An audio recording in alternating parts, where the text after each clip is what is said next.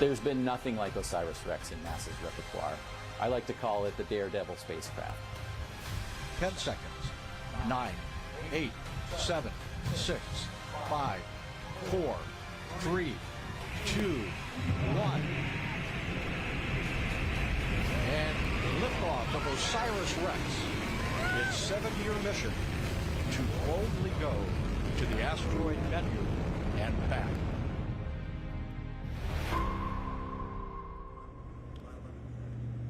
Hello and welcome. I am Karen Fox with NASA's Office of Communications, and we are here today at the Dugway Proving Ground in Utah for a press briefing on NASA's OSIRIS-REx mission. Earlier today, the mission jettisoned a capsule containing samples from asteroid Bennu that parachuted down onto the Utah Test and Training Range so we can study those samples here on Earth. It's been a very big day, and we're going to kick it off with some highlights. Entry was at EDO milestone. SRC is experiencing maximum heating and maximum deceleration. So you just heard right there, we're experiencing that 5,000 degree Fahrenheit maximum heating.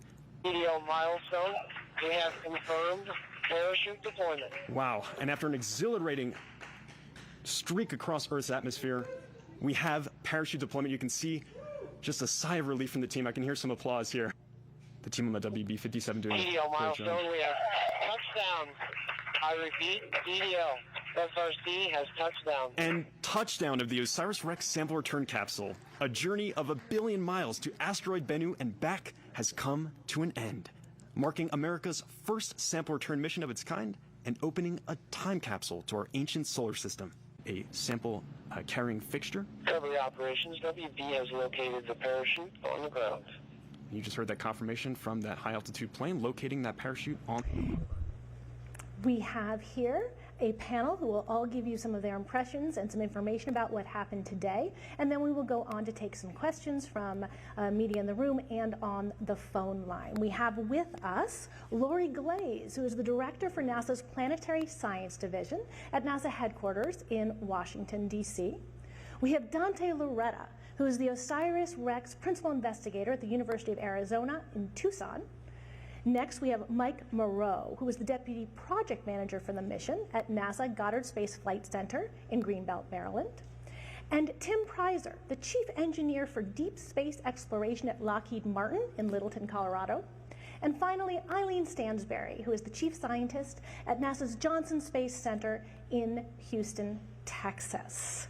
Lori, passing it to you. Great, thanks, Karen.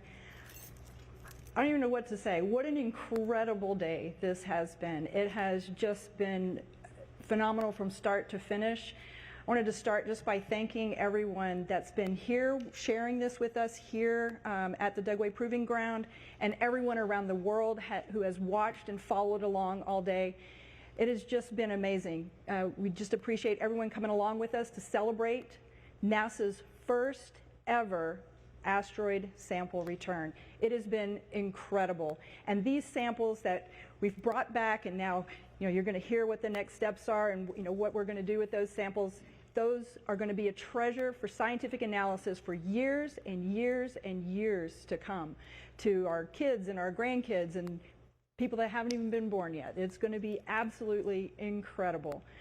And another thing I just want to point out is that these types of samples, they are truly the gifts that keep on giving. They are a treasure, and this mission, OSIRIS-REx, is kicking off a decade of sample return. Following OSIRIS-REx, NASA is partnering with the Japanese Space Agency on the Mars-Moon Explorer mission, which is going to bring samples back from the Mars-Moon Phobos. We're going to have new Artemis samples of the moon. Feed incredible new scientific analysis and new understanding of our closest neighbor, the moon.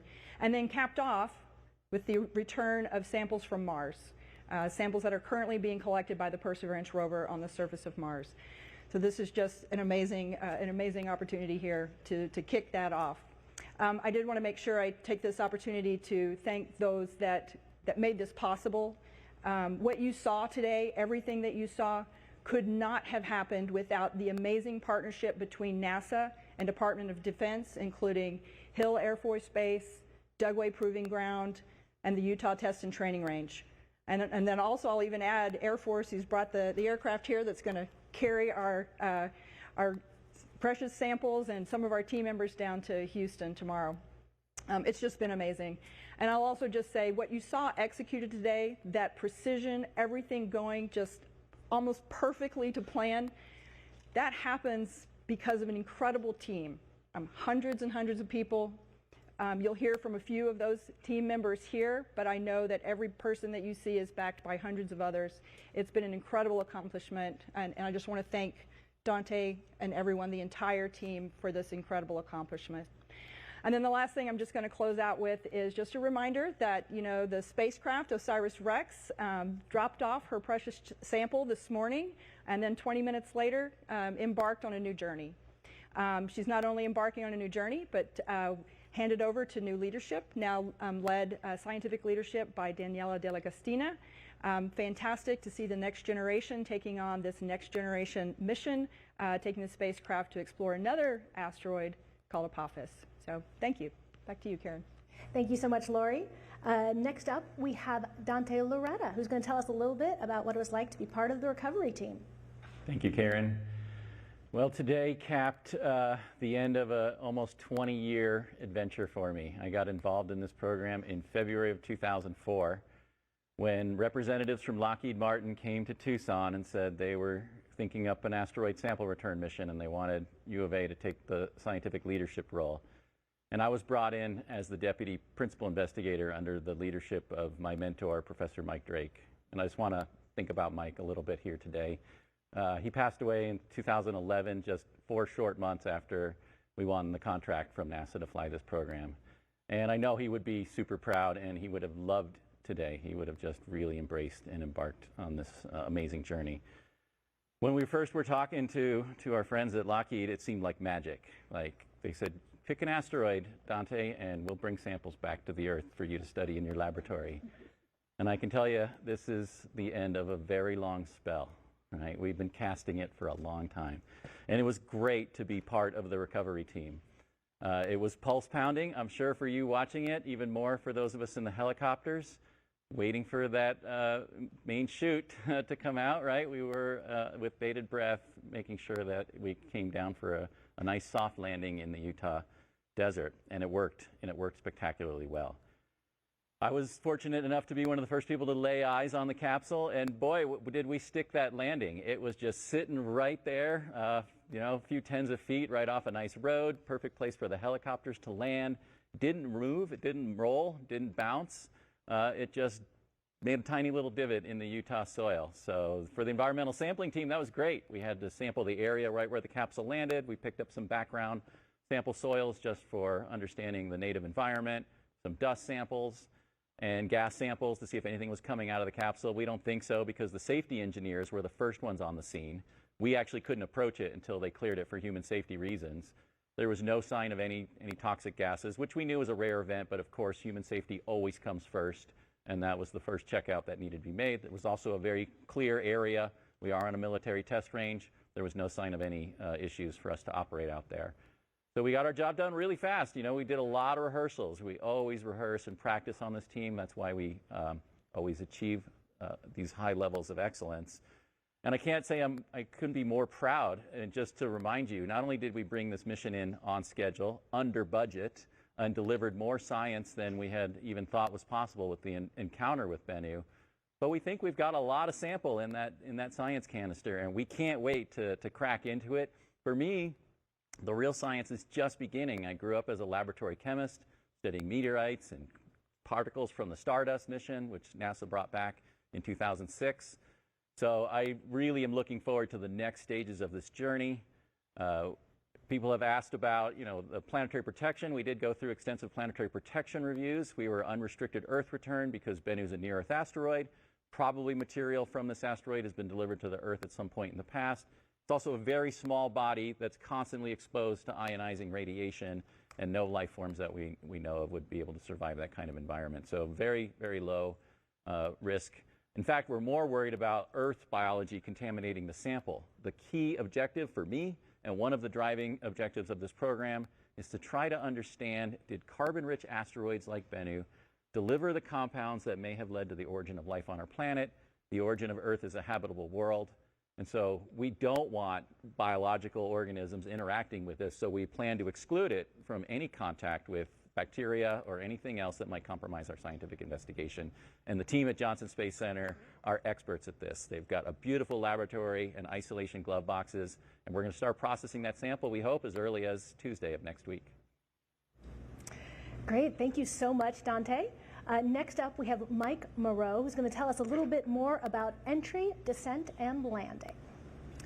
Yeah, so it's so amazing to be in this moment. It's hard to describe what it means to be in this moment. I've worked on this project not as long as Dante, but a decade, through the early development of the mission, to the mission operations, to leading the recovery team. I was in the control center today with my partner in crime, Richard Witherspoon from Lockheed Martin, and we were directing the efforts of the team and directed all the planning that went into the activity today. And just seeing that parachute, seeing the capsule descending on the main parachute, and then seeing it just sitting perfectly on the desert floor, just hard to articulate what that means after so much put into this mission.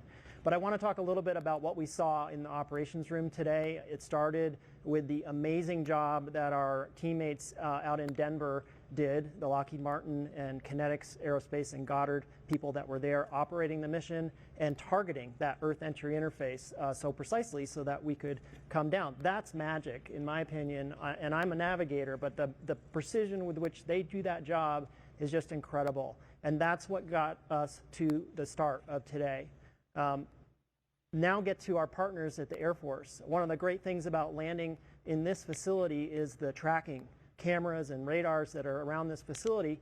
The very first signal that we had that we were on track was from our Air Force counterparts when they said we had radar lock before we even reached the atmospheric interface. So just a few moments before, but that was a great moment because the capsule was released from the spacecraft 4 hours before, coasted from a third of the distance to the moon to that point in the atmosphere, and that signal from the radar said that we were on track within a few seconds of where we needed to be. So that was a huge moment. Then we had aircraft, one of them operated by the Johnson Space Center, a WB-57 aircraft.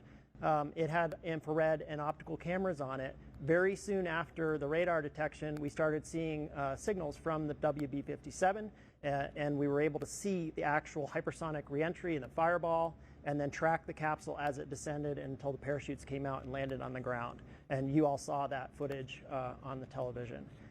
As far as the landing goes, we landed a little bit to the east of our nominal landing point, but that's what our amazing entry, descent, and landing engineers have been telling us is going to be happening. They've been looking at the atmospheric density and the models for the trajectory path we would take through the atmosphere, and they predicted we would be east of our nominal landing location, and that's where we landed. So I just want to say that I'm so proud to be part of this team that did this today. I'm proud to be part of the team that got us here and part of the mission operations. We had some great challenges to overcome with this mission, and great groups overcome great challenges, and it's been a pleasure to work with some of these amazing teams in my 10 years working on this mission. Thank you so much, Mike. Our next speaker is Tim Preiser with Lockheed Martin to talk a little bit about the capsule itself. You know, this capsule literally has a personality, and it understood the assignment. And I think back, I think your colleague Peter Smith and I got to work on Mars Phoenix, and that little lander understood the assignment too. The scientists come up with these grand questions that they're striving to get answers for. And we as engineers, for goodness sakes, it's the best job an engineer could ever have to help a scientist go gather this knowledge. It's just so thrilling and rewarding. It's so much so that we understand the question, and then we can design a special spacecraft like OSIRIS to go collect the information and the answers. And like Phoenix, like I said, I think she understood the assignment too, because Peter Smith wanted to prove that there was water ice on Mars. And bless her heart, just before she touched down, she used the thrusters to blow all the regolith off and say, look, there it is. There's your ice, Peter. Well, today, OSIRIS-REx, not only 4 hours before entry did she understand the assignment and put this SRC on a path to hit an entry interface that needed to be so precise that you didn't skip out of the atmosphere or you hit it too deep and you burned up before you had a chance to get to the ground. So she did that flawlessly with aplomb, and then she immediately turned her attention on Apophis and changed her name on the back of her jersey, and she's now Osiris Apex. By the way, we scored the first touchdown today before any of the other NFL teams did. I just want to put that on the record. But back to the SRC. She came through the atmosphere. She knew her job was to get to the ground. She also thought it would be nice and kind to land close to a road. You know, heat shield down, back shell up, basically with a little sign that said, Dante, please hug me. And it was so, she made it so easy for us. These designs are so robust that as she's coming through the atmosphere, you know, whether or not the atmosphere is more dense than it should have been or expected to be, or, you know, something in our sequence may or may not have behaved itself exactly the way we expected it to, but the subsequent things in the sequence made up for the fact that parachute came out and we touched down as soft as a dove. It was just beautiful. And you can see the excitement not only on the scientist team, but when they showed the mission support area back in Littleton and the celebration in that room, that's when it becomes real, because the thousands of hours that all of these people spent over the decade or more, right, years together, they just naturally build relationships that last a lifetime. They watch each other's children grow up over that time frame, and so their children were excited too. Family and friends were back there, and it's just a special occasion. And in this case, I mean, when we land on Mars, we don't have a lot of opportunity to go collect the parachute, put it in a bag, and analyze it, grab the avionics so we can go troubleshoot and or understand how well or they behaved. We have our hands on the heat shield and the back shell, and we can prove that our predicts and our models either were spot on or we need to adjust them. EDL reconstruction is a real thing. Every one of us, whether it's Mars or Earth, that's the first thing as an engineer that we want to do. We want to collect the data, collect the hardware if we can, which we can in this case, and understand how well our models are going to predict the next one. I can watch this video from today over and over and over. It was just a beautiful thing. Thank you so much, Tim. Our final panelist is Eileen Stansberry, who is going to talk a little bit about what happens to the samples after they were recovered. Thank you very much. These samples are an amazing treasure trove for generations, but we currently have a team of spacecraft engineers, scientists, and curatorial personnel working right now in a temporary clean room here at Dugway to make the sample capsule ready for transport down to the Johnson Space Center so that we can open it up and reveal this treasure. The entry into the clean room has been has gone extremely well. They're processing the capsule, removing portions of the canister so that they can get a continuous flow of nitrogen into the sample canister to ensure that there is no contamination from Earth's atmosphere into that canister and maintain the pristinity of these samples so that the science team, 200 plus people all over the world can start studying these samples. Once these samples are taken to the Johnson Space Center, we'll be able to start removing them, deintegrating the science canister, evaluating those samples, and providing them to the scientific community. I think that there's a quick video here of taking that the capsule into the clean room and being able to safe it and make sure that we retain an uncontaminated sample. As the stewards of the scientific integrity of these samples, the curatorial team at the Johnson Space Center is working hand in glove with the spacecraft engineering team and the science team to ensure that we are processing and handling this sample return capsule in a measured, methodical, well choreographed sequence. And I'm happy to report that the sample canister was put on purge today a little bit before 1 o'clock. And so we now have a continuous flow of nitrogen within that science canister, and we are well on the way to getting that science canister ready for transport down to the Johnson Space Center.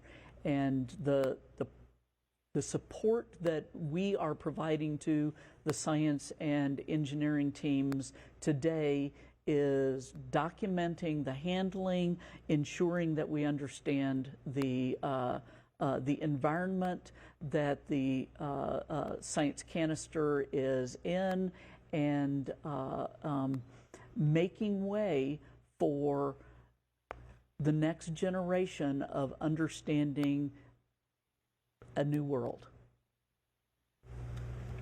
Thank you so much. For those in the room, do know that those videos were showing up on the broadcast. If there are any more, some of these TV screens in the back, you can turn around and try and see them. But for now, we are moving to questions. We are going to take a few in the room, and then we will also go to the phone line. If you're on the phone, you can press *1 to get in the queue. And we do have a microphone, so if I call on you, please wait for the mic. Alex Whitsey. Ours is right here.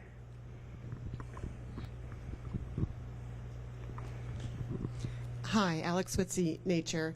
For Dr. Stansbury, is there anything else you can say about sort of the condition of the capsule on the exterior, what it looked like when you opened it up, anything about patterns of wear, not erosion, but just more about the physical condition as you were going through it? When they took the back shell off, it was extremely clean on the inside. It was remarkably similar to prior to launch. Makes you wonder, did we actually open it up at some point? But I know we opened it up.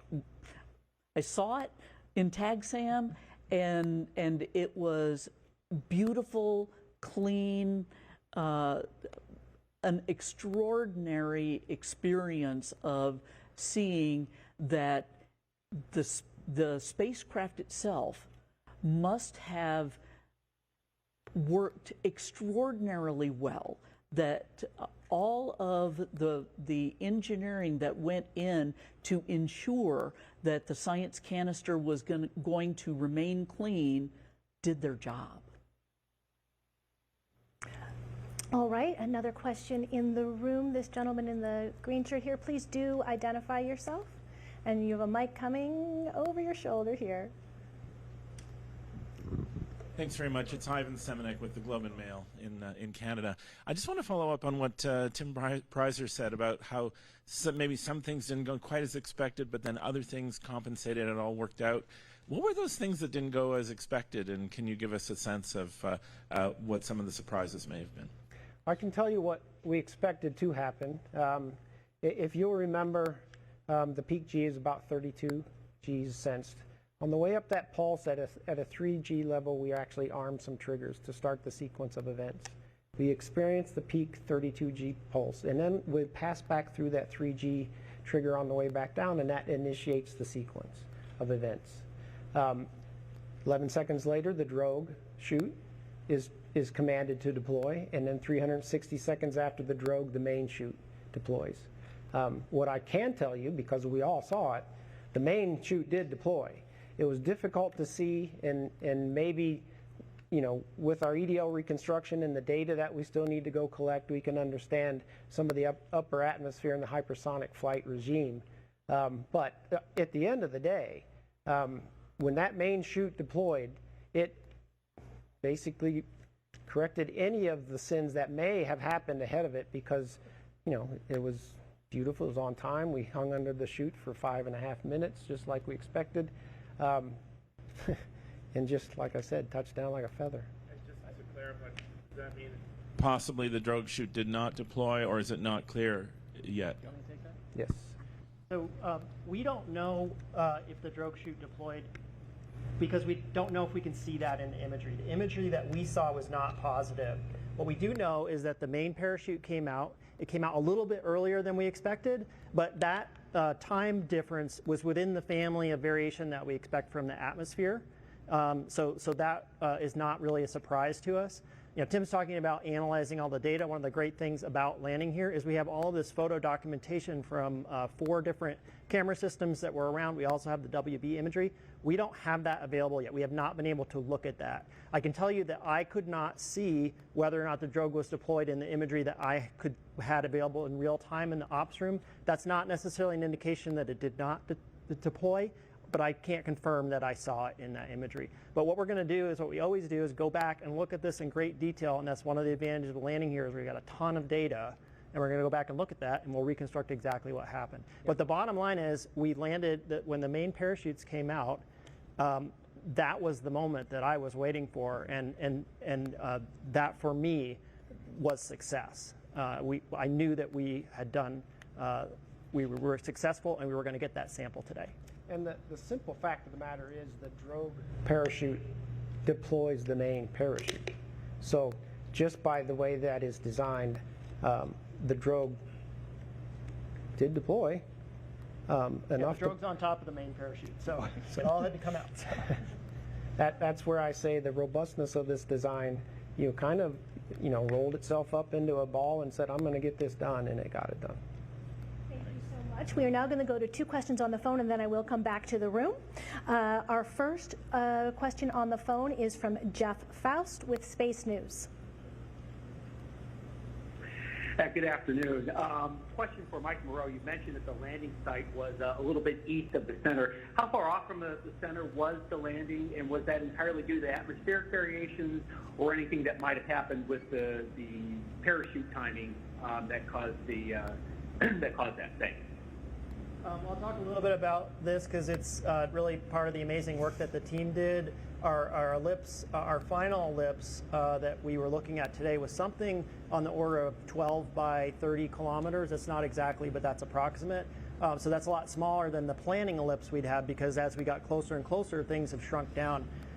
Where we landed was probably 8 kilometers or so to the east. I don't have the exact number, but it was on the eastern side of that ellipse. But our team had been telling us for the last week or so they expected us to land to the east side of the ellipse, and that was based on looking at the actual forecasted atmospheric density and wind speeds and things would take us to the east. So I was really excited. I sent them a little screenshot of where I thought the landing was as soon as it was there, because I was like, wow, you guys were great. You told me exactly where it was going to land, and that's where it ended up. So I think you may have won the pool, by the way. All right, thank you very much. The next question from the phone line is from Bill Harwood with CBS News. Hey, thank you very much, and congratulations, everyone. 2 quick questions. One for Tim, just making sure I understand what you were just telling us. Are you saying the drogue definitely deployed, but you don't know if it inflated, or you just didn't see it visually? And for Dante, I'm just wondering what went through your mind the moment you heard that the main chute had deployed, or maybe you saw that with your own eyes. I mean, that must have been an amazing moment for you after all the years you put into this. Thanks. You go first. All right, yeah. We were in the helicopter waiting, and so all we got was telemetry from our range control officer here at UTTR. So I didn't have all the cool video and things like that everybody else was seeing here, so I was really trying to hear through helicopter noise. And we heard passing through 100,000 feet, passing through 60,000 feet, and I was getting a little worried, for sure. I knew things were supposed to be happening on a nominal timeline, that I wasn't getting call-outs, but again, we could have just had radio dropouts there. And then we heard main chute detected, and I literally broke into tears. I mean, and I'm probably going to do it right now just thinking about it, because that was the moment I knew we made it home. And, you know, I'm weary at this point. I've been thinking about this and focusing on it, and all of my energy and all of my will has gone into making this thing a success. And I knew the moment the chute opened, that was it. We knew what to do from that point forward. There was no surprises left. And it was overwhelming relief, gratitude, pride, awe, and really trying to convince myself that I wasn't dreaming, that it was actually happening, that the chute was open, that the capsule was coming down, that we got that science treasure in hand. And it's the end of a journey and the beginning of a new one, because we're going into the atomic realm. We're going into the mineralogy, the chemistry, the organics, and the history of the solar system, which is what I signed up for all those years ago, was to do the laboratory investigation on this material. So I'm getting really excited about getting into the lab and really digging into these samples and answering all the questions that have come up before we launched, and especially from our encounter with Asteroid Bennu. A lot of surprises there, a lot of new science ideas came out of that, and that's driving our sample analysis plan right now. And Mike, about the drogue. Yeah, and relative to the parachute deploy, the clarity of the videos that we do have and have had a chance to look at, especially the high-speed one, coincidentally is very clear at about the time that parachute deployed, and we can see the drogue chute pull it, deploy it. So we know the drogue chute was out and it deployed the main chute at that point in time. What we need to do is continue to comb through the information, the data, the video that we do have, just to see if we can understand how much time ahead of that point we can confirm or not whether or not that drogue was out. Thank you so much. We have two people who've had their hands up for a while, this gentleman here, and then we'll go to the gentleman right behind him, and please identify yourselves. Yes. Thank you and congratulations. Chris Kokinos with Astronomy Magazine. I have a two-part question for you, Dante, one scientific and one personal. Is there anything that you can tell from how the sample return canister was behaving, I guess you would say, as you were moving it, or the nitrogen flow that might tell you anything about the status of the sample inside? You know, you had mentioned before it might be just highly pulverized. Is there any sense of that at this point, or you just have to wait until you open it? And then you said you were weary. When and where do you get a chance to just, like, I don't know, take a hike in the desert, go in the Tucson Mountain? When do you get a chance to just, like, take a breath and reflect and kind of rejuvenate a little bit? Thank you. So we don't have any information about the nature of the return sample at this point. This capsule weighs 50 kilograms. We think we have 250 grams of sample inside there, so you really wouldn't be able to tell anything. And they wouldn't let me shake it like a kid in Christmas trying to see what I can hear inside there yet. So, and they probably won't let me do that, right, Eileen? So I have to be patient, and I'm really exercising patience. I understand we need to go methodically, systematically through the hardware. We have a very well-defined procedure. The curation team knows the importance of getting sample out to the science as quickly as possible while maintaining the integrity of the collection, and I'm fully on board with that. OSIRIS-REx is about the science, but it's also about the legacy, and the legacy is that long-term collection, and we work hand in hand together as science and curation to make sure both of those are achieved in a timely manner. In terms of when I get to relax, that's a good question. We've got a busy week ahead of us. We're flying to Houston tomorrow morning at the crack of dawn, so not tomorrow. And then Tuesday morning, we hope we get that canister open. And I expect we'll see some dust, and we have a plan to sample that dust and get into the science instruments at JSC right away, just to say, did we bring back what we thought, or is it something completely different? And knowing Bennu, it might be a little both, right? So I can't wait to see that. I have a big party planned on October 14th in downtown Tucson. The whole city is celebrating with us. Mayor Romero of Tucson declared today OSIRIS-REx Day, by the way. Thank you, Mayor Romero, for that. And so I think October 14th, we should have a pretty good idea of what the nature of the collection is. We should be at the final stages of allocating the first major masses to the science team. And yeah, we're going to throw down. Fantastic. This gentleman, no, a little bit closer here, this gentleman right here. Thank you. Please identify yourself. Thank you. David Brown, The New Yorker. Dante, congratulations to you and the team for an extraordinary achievement today. Dr. Glaze, I have a question about how a government shutdown might affect OSIRIS-APEX and whether any of the sample that was collected today might get out to laboratories before things go wrong. Yeah, no, these are a great question. It's certainly something that's on the top of many people's minds at this point as we near the end of the fiscal year. So I'll address the first question first about APEX. As in the past, when there is a government shutdown, we've been through this many times before, all of our operating missions get accepted. We know that they are incredibly valuable assets, and so we generally get an exception for that to protect property. Which they are, and so APEX will continue operations as normal. As far as the samples, we are committed to this process that Dante mentioned, and ensuring that those samples are kept secure and safe for posterity. And so we will assure that they're safe. There may be some delay, a little bit of delay in the science analysis. As soon as they're safe, we will, make sure that we step back and do as we're told to do. But we will assure that they're safe.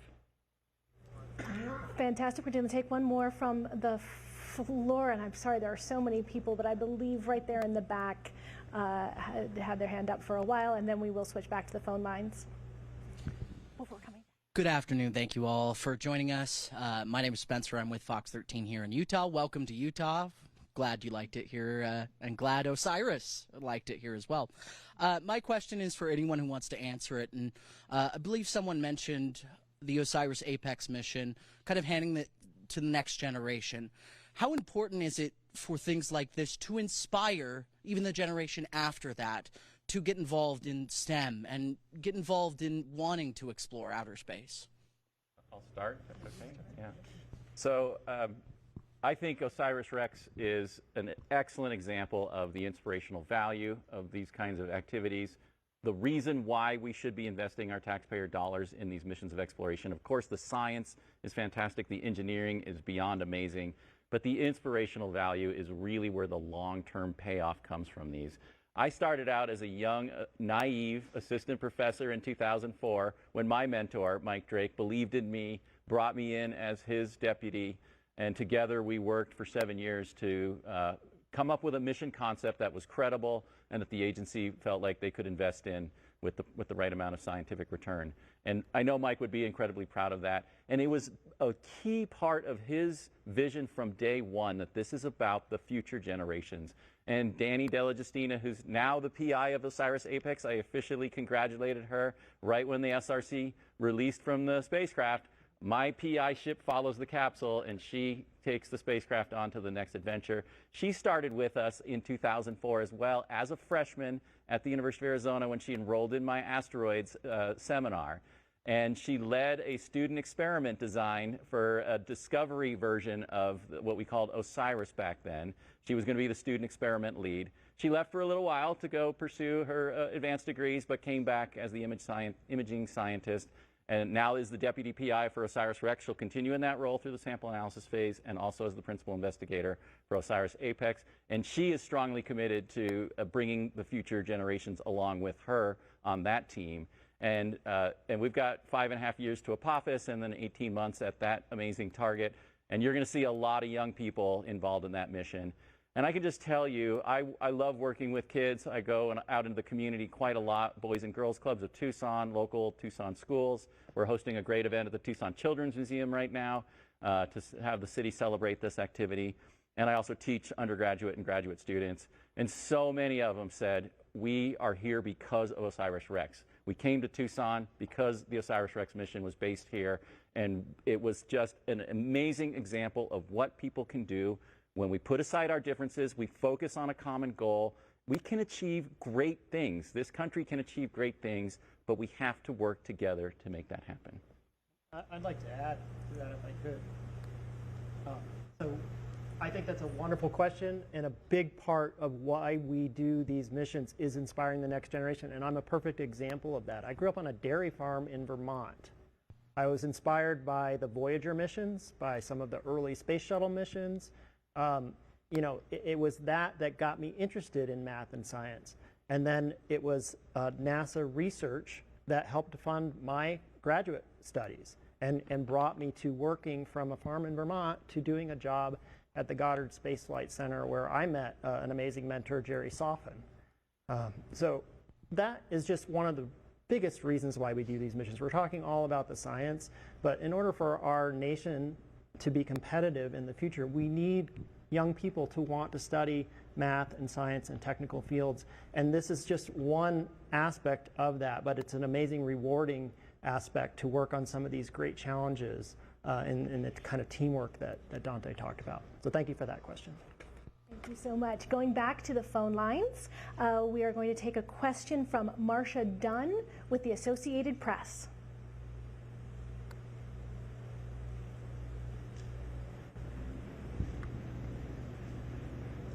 Not hearing you yet, Marcia.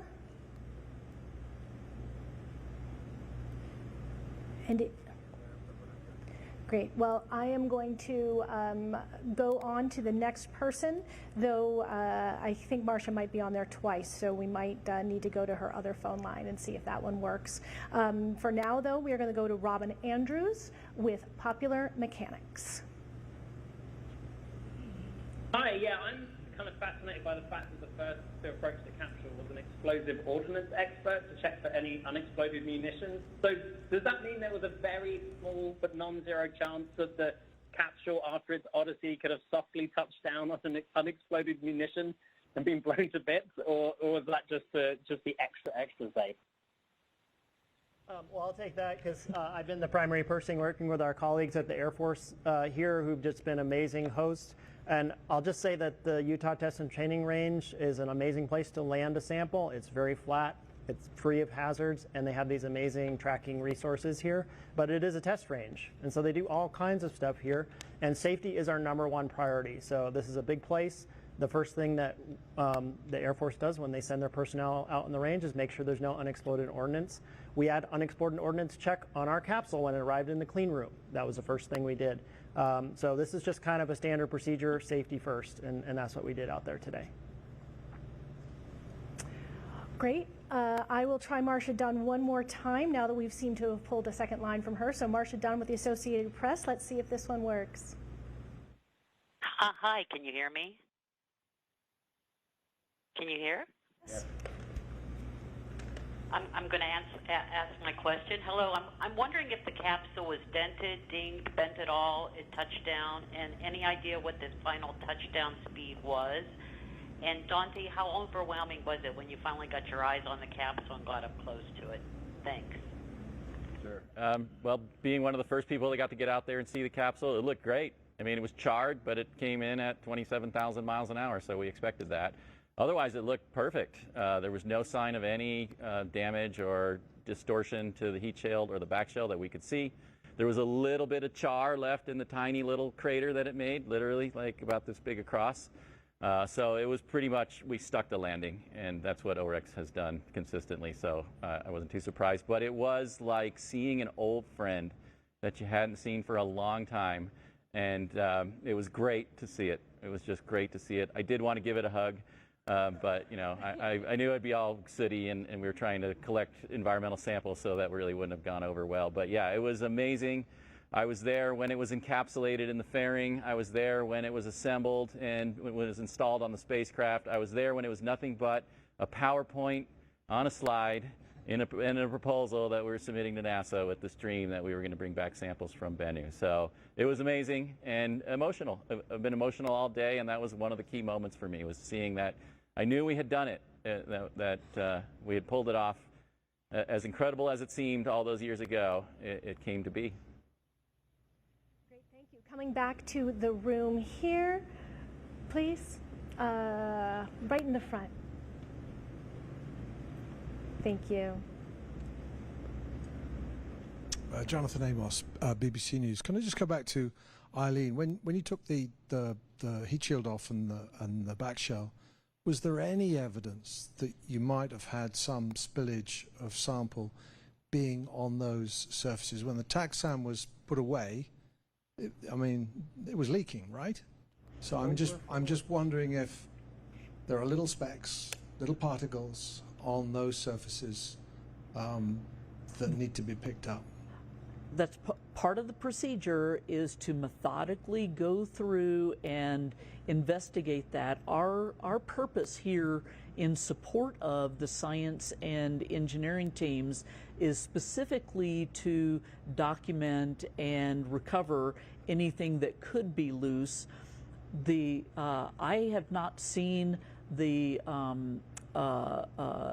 air shell portion taken off, but when I was over there in the clean room, back shell was removed, and there wasn't anything optically visible from the exterior of the clean room.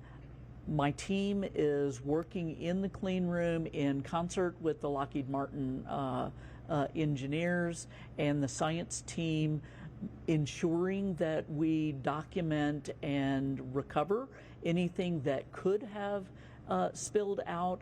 But at the time I saw it, there was no evidence of that. They're still working in the clean room this afternoon, so there is still a possibility that there could be some of those samples. They will be documented and recovered and put into containers to be brought to the Johnson Space Center, just like the science canister, to make them available to the scientific community. That's part of the process. We're not yet through that process. Great, thank you so much. Again, one more from the floor. Also in the front row, here, this woman on the aisle. The microphone is coming around as quick as it can. Oh, in the front row on the aisle. Thank you. Howdy, Allison McGraw, Texas A&M University. Sounds like the range of grain sizes may not be known in the canister yet, but could somebody speculate on how this could enhance thermal inertia or modeling of asteroid surfaces? Sure, I'll take that. That's one of the key scientific objectives for our sample analysis program, is to characterize the thermal properties.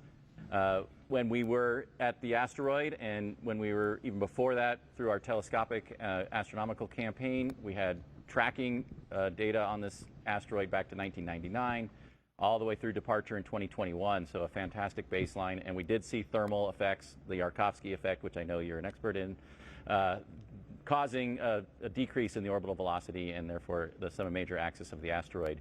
So absolutely, we have Dr. Andy Ryan at the University of Arizona, who leads the Physical and Thermal Analysis Working Group. We have partners in Japan, partners in Canada, as well as some special laboratory equipment that we've designed right at the University of Arizona to measure thermal conductivity, thermal skin depth, and bulk density, and other key parameters that will feed into understanding the thermal inertia, allowing us to do an even better job of constraining the energy balance in the regolith of the asteroid, which is one of the top science objectives. It's called out in our level 1 requirement to do that, actually. So yeah, it's a big part of our program, and feeds into the planetary defense initiatives, because these kinds of parameters really influence future trajectories of these objects. So if you want to have an accurate prediction of where they're going to be in the future, you can't just rely on Newton's laws, or even Einstein. You still have to go to the thermal properties and Yarkovsky to really get a complete solution. Great, thank you so much. We are going back to the phone lines. Our next call is from Nell Greenfield Boyce with National Public Radio. Hey, thanks for taking my question. This is for Dante. So the first thing you guys might be able to look at is dust, on the outside of the canister, or the sample container, the collection device that's inside the canister. What tests will be done on the dust, and what will you be able to tell from it? Like, what will be the first things you learn that we should know in the next few days? Yeah, we have a great suite of analyses planned. We call this our Tiger team for a quick look analysis of the sample. There's some great instruments right there at Johnson Space Center. We'll be doing, and I'll get a little technical here, but Fourier transform infrared spectroscopy, which will give us a pretty quick assessment of the range of minerals that we see in there. We have scanning electron microscopy and energy dispersive spectroscopy. Scanning electron microscopy with energy dispersive spectroscopy to give us elemental abundances. We'll be sending some of the material to our partners at the Natural History Museum in London, who are experts in X-ray diffraction and characterizing bulk mineralogy using that material. So what we're really looking for is what hypothesis one, and if you're interested, I posted the sample analysis plan on archive.org, so anybody can download it. It's free to all. It's about 300 pages, so just get ready. If you're really wanting to dig into that, it's quite an engrossing read, I think. And it'll lay out hypothesis one, which is, did we accurately characterize the bulk mineralogy and chemistry of the surface of the asteroid? I.e., did our remote sensing instruments work, and did our data processing lead us to the right conclusions? So I'm going to be looking for the basics. Are there clay minerals there? Are there carbonate minerals? Are there organic molecules? Do we see the iron oxides, the other things that we predicted on the asteroid surface? I'm sure there's going to be surprises in there. Once you get into the dust scale, you'll probably start to see a wide level of diversity, but it's kind of like a sneak peek of what might be in store for us. We don't know if the dust, what we call the fines, there's intermediates, coarses, and large stones. There might be variations in mineralogy and composition by particle size.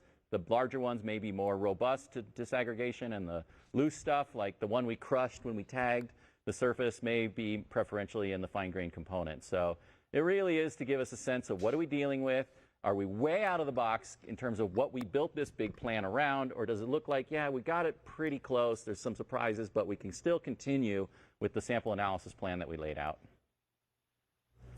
All right, our next question is also from the phone line. Stephen Clark with Ars Technica.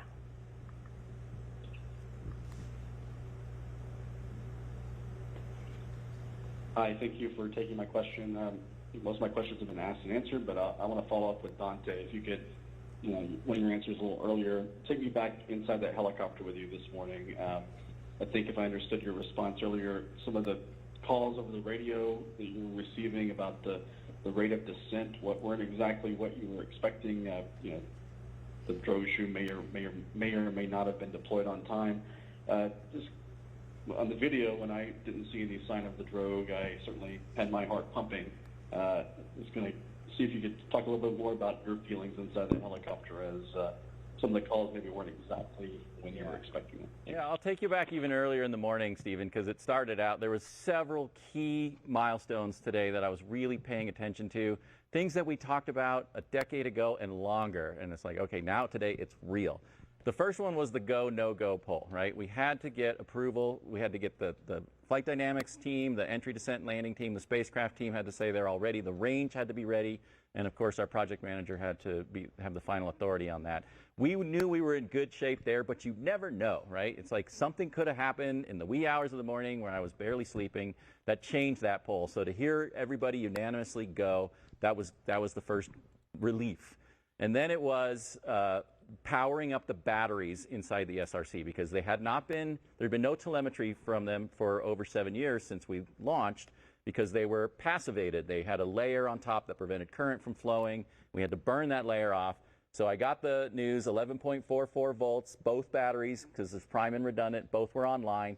And then I knew the parachutes at least had power, because if the batteries were dead, we knew we were coming in hard already early in the morning. And then, of course, release of the capsule from the spacecraft. We had Doppler tracking data. There was spacecraft indication that the commands had all gone according to plan, so that it was on its own. And then the divert maneuver, so that the spacecraft wasn't following the capsule in. So everything on the spacecraft kind of set me up into a reasonably good mood. And then I knew it was all about the parachute. That's the only thing that I needed to know, was that parachute deployed. So obviously I was keyed into that more than anything. It was hard to hear in the helicopter. I didn't have the cool video. I couldn't see what was on screen.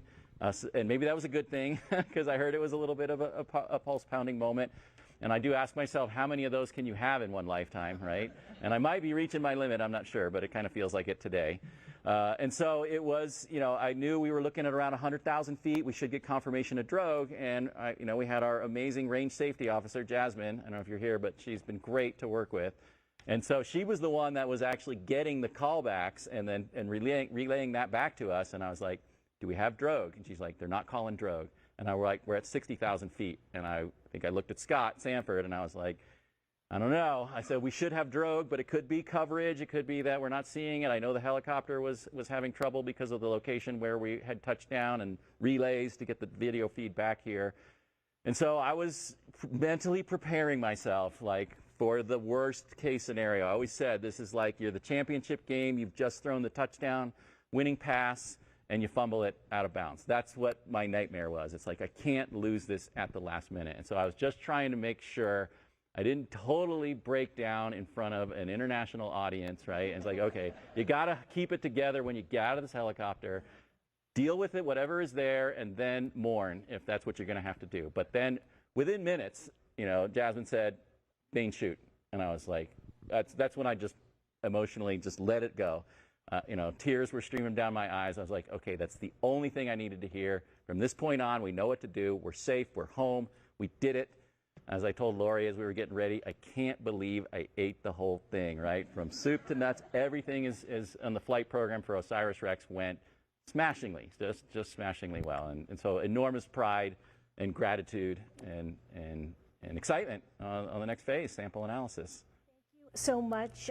We have time for one more from the room, especially if our panelists are quick in their answers. I will take this gentleman right here in the dark blue shirt. Passing it from the other side is coming to you. If you look the other way. Thanks. Yes, I'm Justin Davenport from NSF. Bennu is a carbonaceous asteroid, and we now have samples from several asteroids. Which type of asteroid does the scientific community want in the future? Which type of asteroids are you looking at for the next sample return mission? Well, I can tell you my personal preference, which is and it's a decadal survey priority. It's comet sample return, right? The next big small body sample return challenge is comet sample return, right? Because the one thing that we're not getting with carbonaceous asteroids are the volatiles, the things that make ices. And those are critical, especially with these icy surfaces getting irradiated. Lots of interesting organic molecules can form under those environments. So we've been working as a team, and these things, you got to stick with them to get a comet sample return mission credibly proposed to NASA at the next, we hope, New Frontiers opportunity. We think we'll be really competitive in that environment. So I am sorry we don't have time for more questions. For those who didn't get their questions answered, please do write an email in, and we will try to get your questions answered. Stay tuned. You can follow the rest of the mission at nasa.gov/OSIRIS-REx, and we will have more information soon about leaving tomorrow on the C-17, which is parked just outside, to get those samples to Houston. We're going to end with some highlights. Entry was at EO milestone. SRC is experiencing maximum heating and maximum deceleration. So you just heard right there, we're experiencing that 5,000 degree Fahrenheit maximum heating. EO milestone. We have confirmed parachute deployment. Wow, and after an exhilarating streak across Earth's atmosphere, we have parachute deployment. You can see just a sigh of relief from the team. I can hear some applause here. The team on the WB-57 doing a EO great job. milestone. We have touchdown. I repeat, EDL. SRC has touchdown. And touchdown of the OSIRIS-REx sample return capsule. A journey of 1 billion miles to asteroid Bennu and back has come to an end, marking America's first sample return mission of its kind and opening a time capsule to our ancient solar system. A sample carrying fixture. Recovery operations. WB has located the parachute on the ground. You just heard that confirmation from that high altitude plane locating that